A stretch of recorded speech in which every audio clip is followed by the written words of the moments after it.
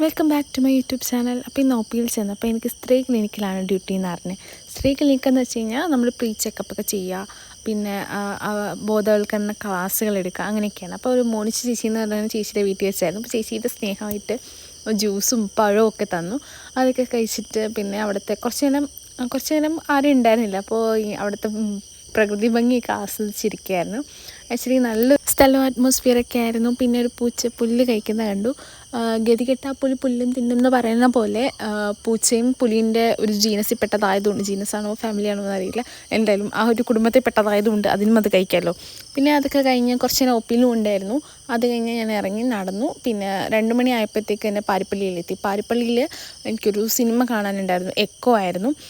അപ്പോൾ ഞാൻ ഈ ഡ്രസ്സിലായിരുന്നു. അപ്പോൾ അത് ഹോസ്പിറ്റൽ ഡ്രസ്സ് ആയതുകൊണ്ട് ഞാനത് മാറ്റിയിട്ട് ക്ലീനായിട്ട് റെഡിയായി.